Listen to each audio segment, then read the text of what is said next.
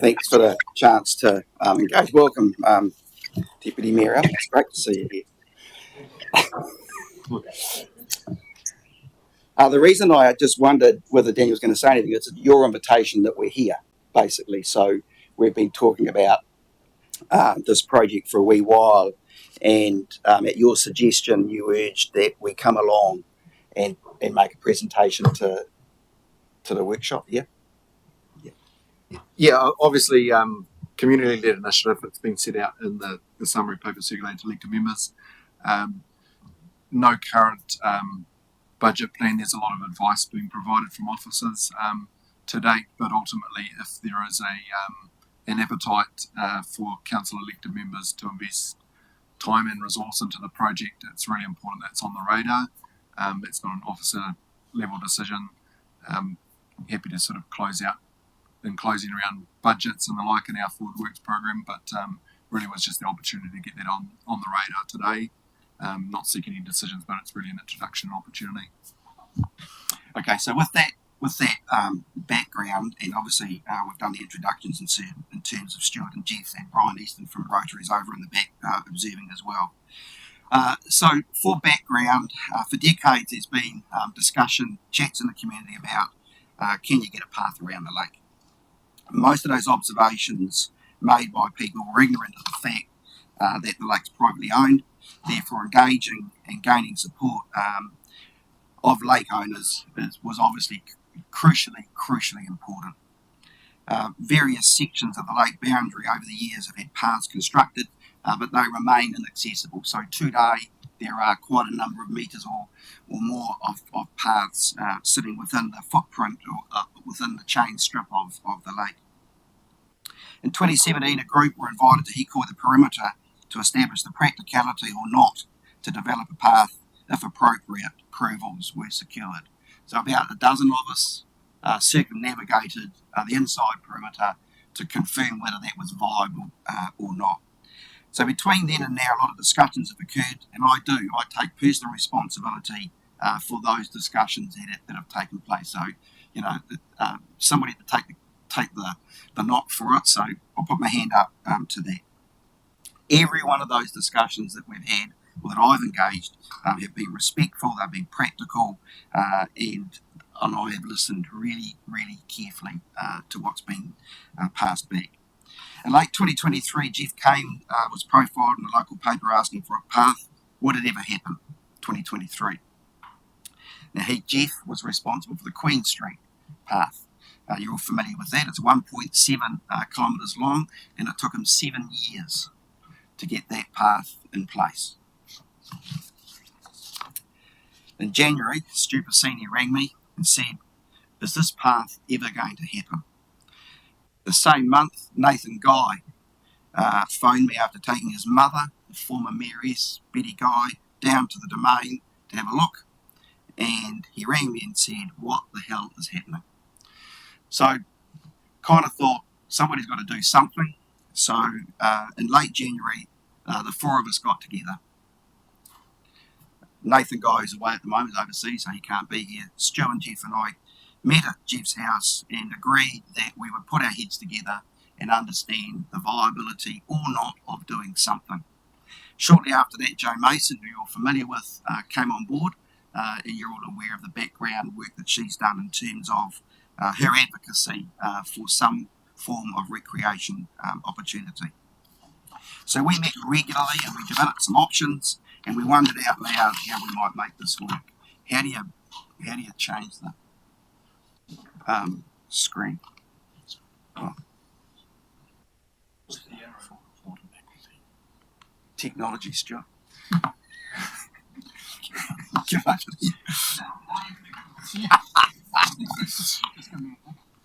So the organisations that we've engaged, and this is really, really important because of the main question that people have asked is who have you spoken to? So we've spoken to the Moepuku Tribal Authority, the Lake Domain Board, the Horowhenua District Council, Horizons Regional Council, and the Outdoor Access Commission. And then we've spoken to a variety of individuals. Now they're all named there, 28 different individuals have been engaged with. And I really want to make sure that you as elected members are aware of the length and breadth that we've gone to have our discussions. Clearly, Dairamp Dean Wilson, Kili Tahiwi, Marakupa Wurama Matakaria, Robert Warrington, Clinton Himana. Now, Clinton's the only person that I've not actually spoken directly to. He's a mystical person. I get emails to him. I never get a response. But he is the chair of the Lake Trustees. Yeah? Yeah. Sandra Williams, Vivian Tawiki. Now, some of you will be aware that Vivian and I have had an interesting relationship between us over a very, very long time.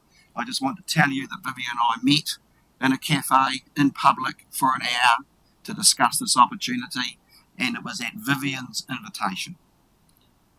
And it was wonderful.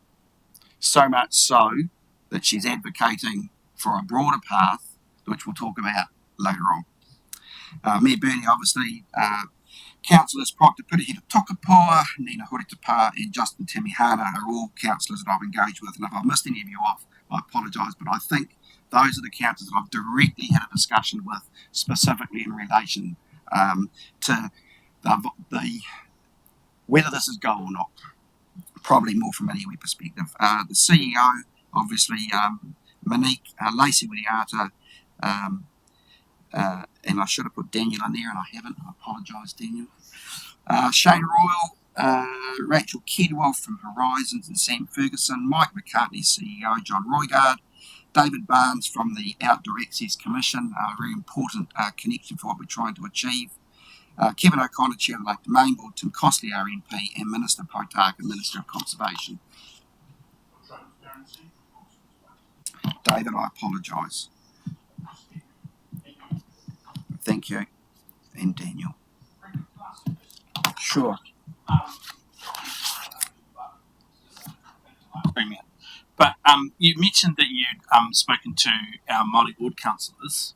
Was that recent or historic? Because we'd had some internal, some emails between councillors that kind of suggested that one of our members was not aware of this. Well, he claimed he wasn't aware of this at all. So I was just intrigued by your comment.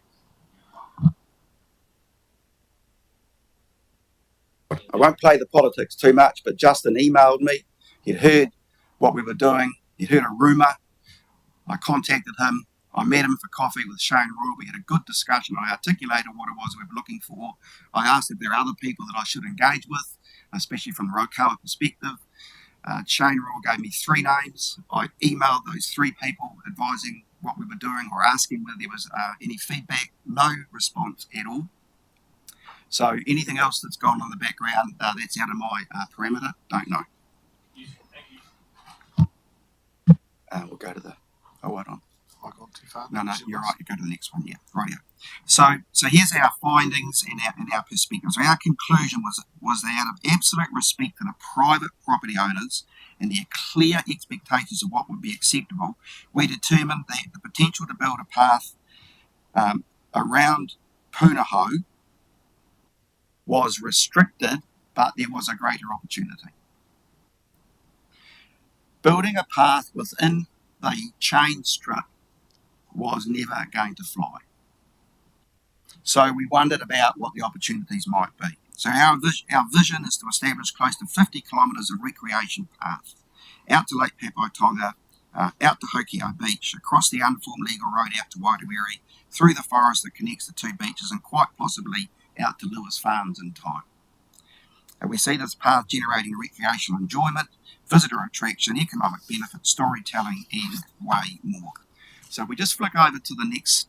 So there's the map that was kindly prepared by council. You can see there where Donnelly Park is. Do you know where Donnelly Park is? Where the start of the yellow line is? Down the bottom on the right hand side, the dark little piece. There's Donnelly Park. The cricket pavilion. It's up the Makamaka Road. It's not quite right. Yeah, it's Yeah, near it's enough. not quite right. Yeah. So essentially, from Donnelly Park through to Hokio Beach Road is stage 1 of the path. Following Hokio Beach Road out out to Miltony Road, and out to the golf course as stage 2, potentially through the unformed legal road out to Waitangi Beach Road as stage 3, and you can get the rest of the perspective from there. If we can achieve this, there's 50 kilometres of recreational opportunity for our community. So, what have we done? The 5 of us have secured permission from landowners for access. We've had approval from your council, and I must say within 2 weeks of making an approach, we received in writing confirmation to allow us to access the land. So Lacey did a fantastic job with Daniel and team to get us that approval. So we're very, very grateful. With significant donations of in-kind materials and machinery, and our philosophy is that our perspective is that we have one orange road cone, and that's the only road cone that we're intending to use in the whole project, which is a minimalist approach to creating a major project. We see it as a stage project. We've talked about Donnelly Park to Hokio Beach Road. Stage 2 is over the Arawhata stream. It's got some challenges around it, but we're applying for funding through ECCT for that bridge, and we'll get that bridge from Tech Lamb. And of course, you'll appreciate that Donnelly Park and the golf course have parking and recreation facilities. So Jeff's charged on through there to give you a perspective of the work that we've already done. And when I say we, it's the gentleman on either side of me. They've done it. Jeff's provided machinery, so is Stuart. Stuart's the digger entrepreneur now. He's going to change his career. So these guys have spent 2 weeks digging, aligning and cleaning up that godforsaken mess that we, the council of over a few generations, had dropped so ridiculous.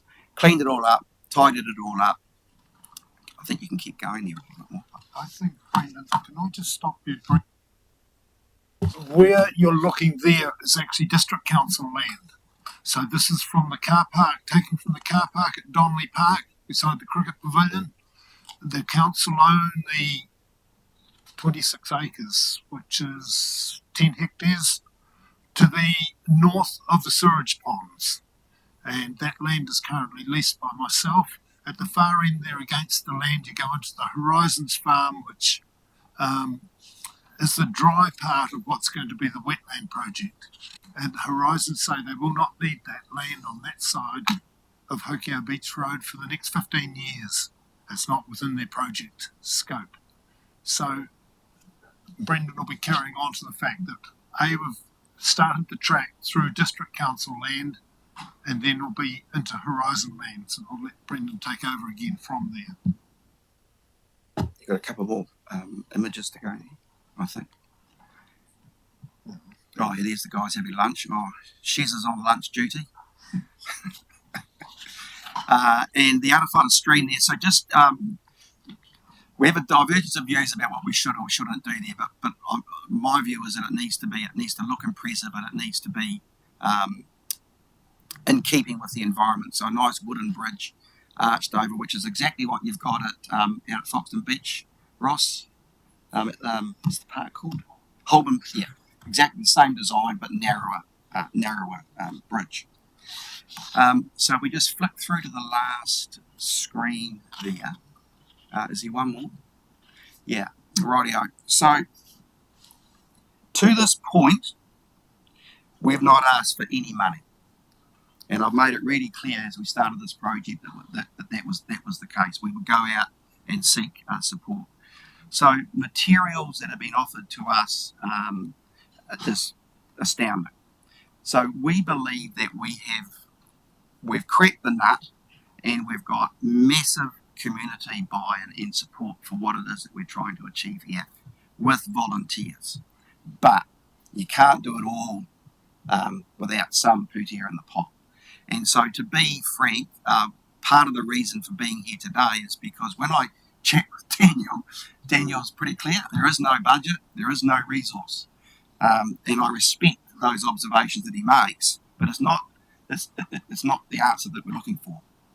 So for us to get from Hokio Beach Road out to Motory Road on Hokio Beach Road, so we go out to Arawhata Stream and you start there and go out to Motory Road, there is some roading improvements that need to be made. And Daniel needs to help us understand what is realistic and what's not, because we're not the engineers. So he needs to be allocated some resource time to be able to do that. I'm not saying give him a whole lot of money, but we just need some resource time to be able to understand what we can and can't achieve. And the question is, within your existing budgets, is there any opportunity to redirect anything towards this project? And I know you're not going to answer it now, and I don't expect you to, but I'm not setting a number. We'd be grateful for anything that we can get our hands on.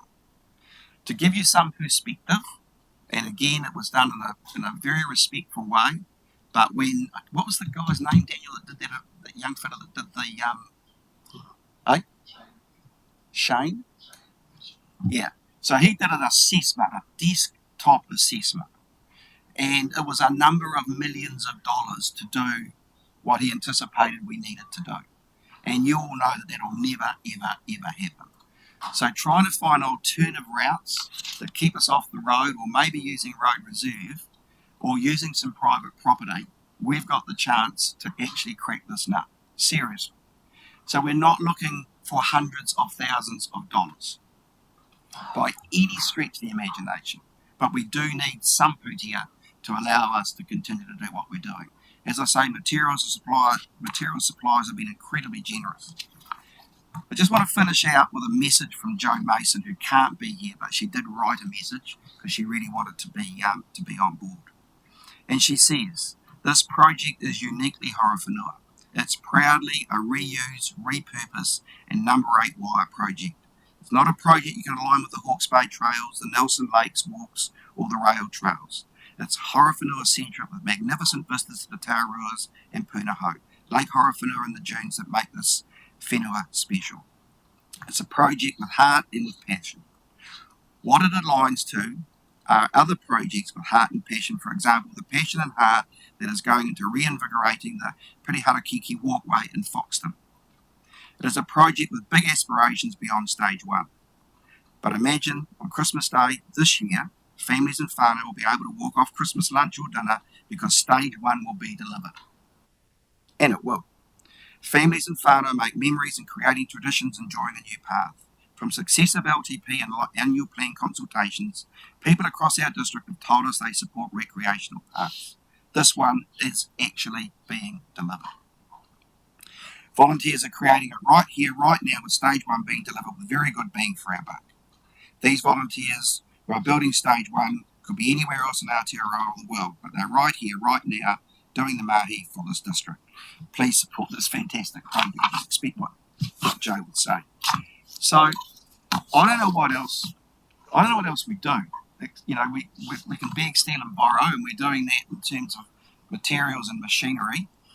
And I really would wonder how you go through a process of considering and evaluating, and when you might come back to us. Can I ask, what kind of time frame are you operating to in terms of when would the funding have to be, when would you be seeking for the funding to be available, acknowledging that we're obviously in the first year of our LTP. We've just recently revised land transport budgets because NZTA didn't give us all the money that we're seeking. So pretty constrained environment, and there is no my just initial reaction is there's no scope to move buckets around because we've already done it. And so is it this financial year? Is it a future financial year? What's the timing? Yeah, and I completely understand. So we've set ourselves two objectives. By Christmas Eve of this year, stage 1 will be 100% complete. Stage 2 needs a bridge for which we will seek and secure funding and volunteer support to get that stage 2 bridge. Stage 2 is then from the Arawhata stream out to the golf course. Our dream is that stage 2 is completed by October 25. October 25. Now, we're volunteers. We're not going to do this every day of our lives. We've got a whole lot of other things going on. But realistically, we've given ourselves a year from the start of this stage 1 to have stage 2 finished. So that could go into the new financial year. But if there was a little bucket in between now and then that would give us some modicum of assistance, that helps significantly.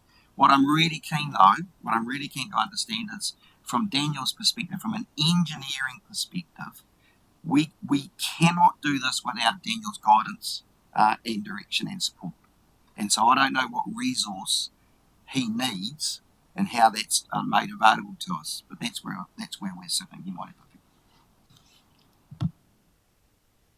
I think some numbers need to be talked about to give you a little bit of guidance.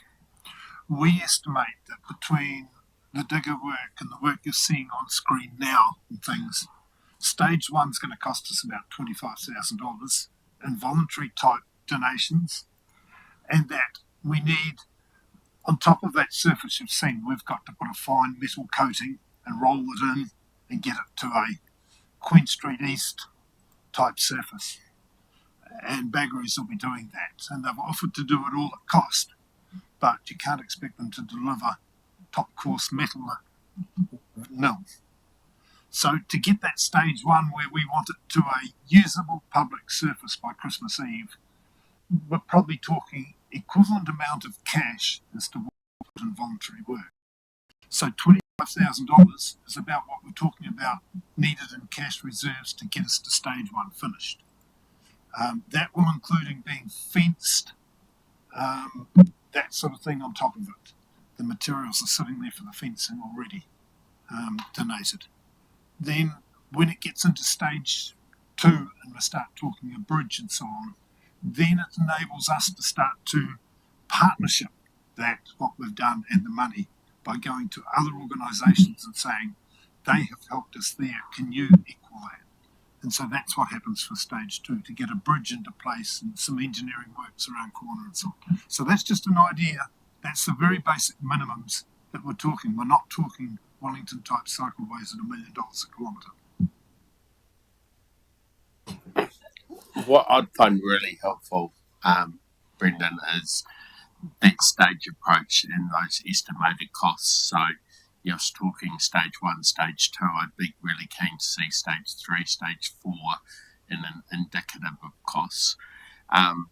If we are constrained, so just like a decision about putting bear mowing back in or out, if we find some puti somewhere, it's going to mean that it's coming from somewhere else. So that's a prioritisation type of discussion. Where it doesn't quite align with, I guess, our LTP process is that we've got a strategic and recreational review happening in 2025. This is absolutely the type of project that I would have thought was within scope of conversations to inform the next LTP process. I don't know, maybe the CE might be able to give an indication around funds within a Donnelly Park development for year 2 that could be utilised and reprioritised for that. Personally, with my Donnelly Park hat on, I'm probably going to go for a bit of a wander to understand exactly where that pathway's going. But conceptually, I get it. And I think when you connect in with the vision of you go to New Plymouth and you've got your walkway, you go to Gisborne, where I was a couple of weeks ago, and they had their walkway all along. This is, obviously a pathway around the lake. So conceptually, on board with the project, like to understand the staging. I think certainly for me, next year's a big year in terms of being able to prioritise projects against projects, particularly from a sporting and recreational sense, so that we can see how, I guess, that longer term investment, which may be in your time frame more stage 3s, 4, 5, 6, but at least it can be factored in at that point, and enable you to go from there. So, facetiously, if you didn't have to invest any money in Burmo, you could redirect it to the pathway. Just So I know where the money is. That would be a very lovely separate conversation, wouldn't it? We talked about if one of the options is not to proceed with climate change, about what we do with that budget, and that's a very real opportunity to create something that is real. So my challenge to everyone here is to perhaps consider investing in something that will provide a real return for our district. I think it's a great project, and I think where there's a will, there's a way. And I've just offered you one option.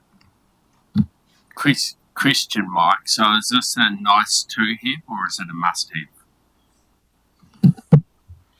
It's a lot nicer to have than squandering it on climate change.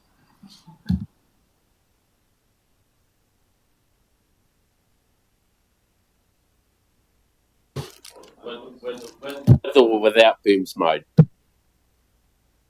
probably just to help Clinton in terms of that question of how much more will it cost? Stages 3, 4, and 5. So we've thought, we've really put a lot of thinking time into this. So to go from Donnelly Park to the Outer Whata Stream avoids 3 kilometres of road activity. Gone. Don't have to worry about it. Getting from the Outer Whata Stream out to the golf course, we thought that we would have to have a path right along Motorway Road. But the roading team said, no, just use the road. Well, that saved us, I'd suggest, $100,000 of cost immediately. If you go along Outer Whata Road up to Papai Tonga, we don't have to do anything. Just ride the 4 kilometres up the road. So That's the green road on that map, and it takes you to Lake Papiatonga. So we're diminishing potential cost. Now, if we go through past the golf course on the unformed legal road, commonly called a paper road, that's 1.4 kilometres long. Yeah, and if we can engage with the lessee and the landowners to consider an option of maybe following a boundary line, it'll be a fraction of the cost of any other opportunity. Getting out to Wairere Beach Road, it's a path on road reserve. So I just want to emphasise this is modest cost at worst. I cannot put a number on it. I just don't know. You might have a better idea, Stu. Look, all the stages 2, 3, 4, we've really got no idea because we're into that territory of unformed legal roads and things like that. But it's also been suggested by a landowner that there's perhaps partway along the unformed legal road there's a nicer trail into the Wairere forest where you could link up with the road in the forest itself and go nowhere near Wairere Beach Road. So there's. We're getting too far ahead of ourselves to be thinking about 3, 4, and 5. We really just want to get out to the golf course, and this will evolve. It will just get a life of its own because of the alternatives that are available out to Hokio, out to Papatonga, and things like that. So, with just small steps for a start, get to the Arawata Stream, Hokio Beach Road, then get around to the golf course, and you'll see it fly.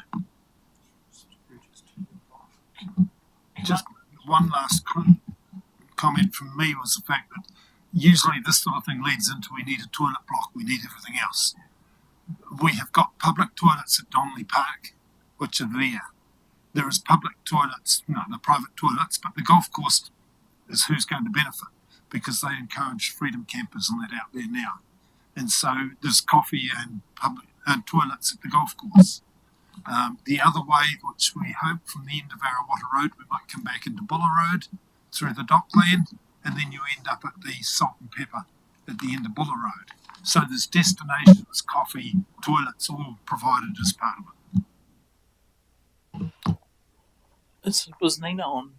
Yeah, she was. And maybe it's Nina or Brent, but would this project make any of the criteria of any of the grant rounds still to come? Or I was just trying to, I think there's operations and small capital grants. I'm not sure if it fits with inside that, but is there any grant rounds that haven't been run yet where this could fit within side? Because there's obviously is a budget for grant rounds. I can have a check with the team, but my guts is I don't think it would fit within the criteria for those funds.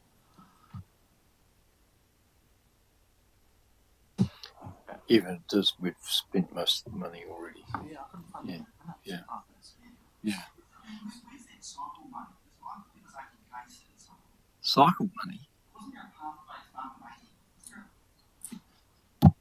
Is there a pathway fund of 80k sitting somewhere? Who knows about that? I'm sure there's 80k. It's 200. Yeah, the cycle facilities improvements budget has been spent for this financial year. What'd you spend it on?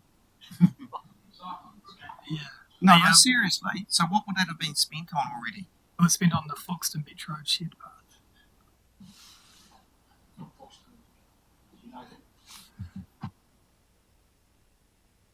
You know you've spent it.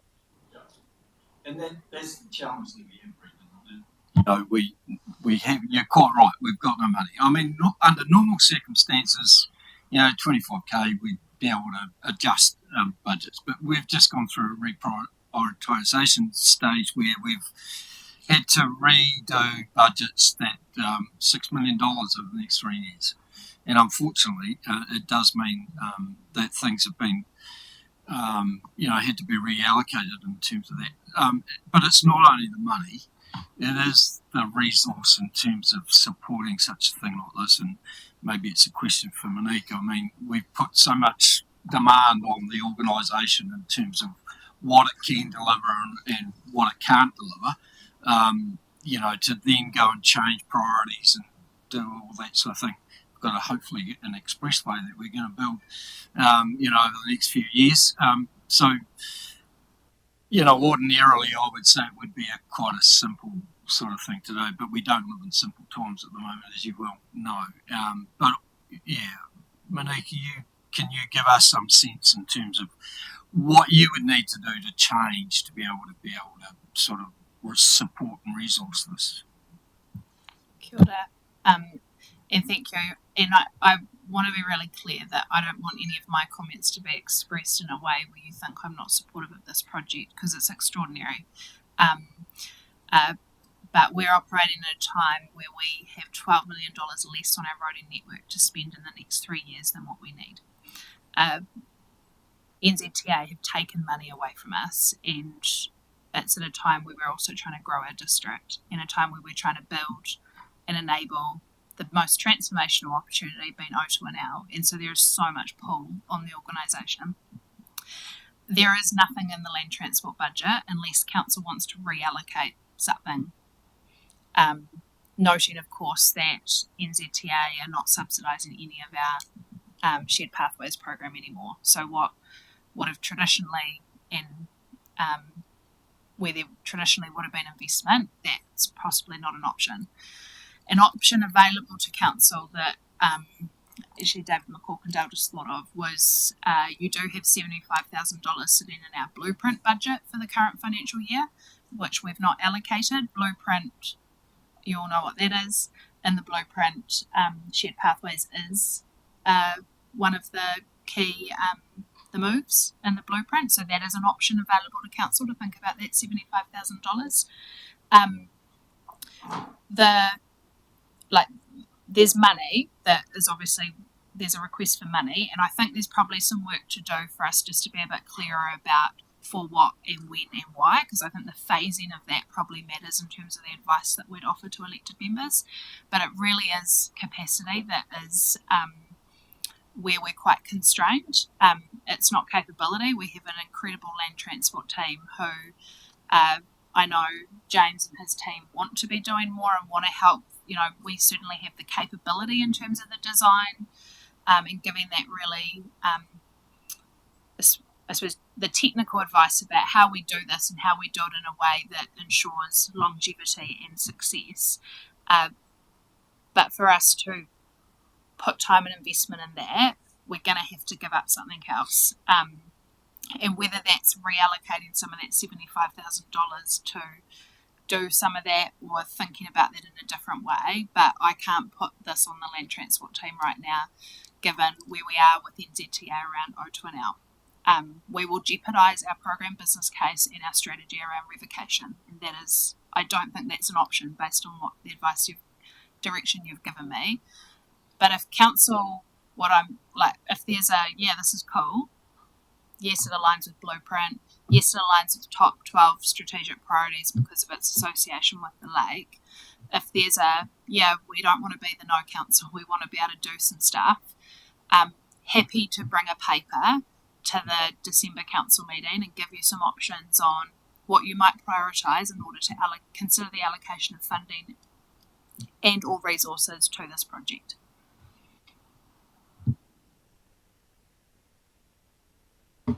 I'll jump in here. Look, I think it's a good starting point, and at the end of the day, at least if we have a wider conversation from around the table, we can see if there is support that obviously dovetails into that 75k Blueprint funding anyway. I'm happy to hear other people's thoughts. Yep, support that.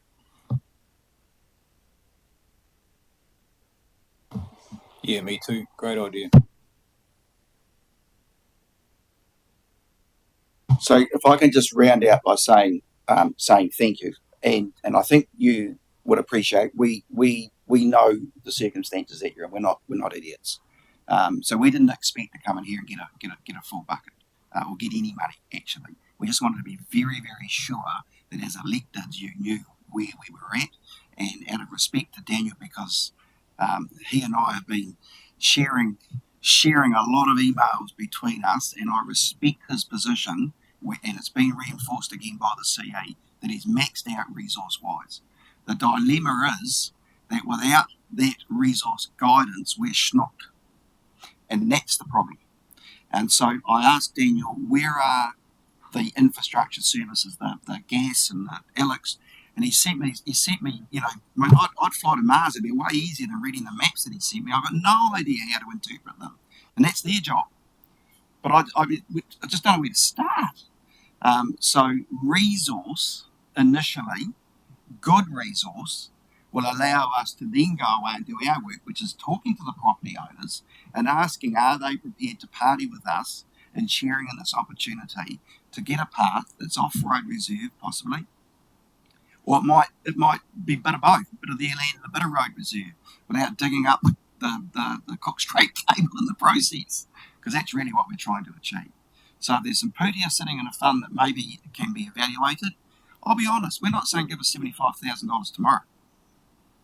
We wouldn't use it tomorrow. We need the design detail to understand what we're going to do and determine whether what we're proposing and what Daniel thinks is safe is good for our community.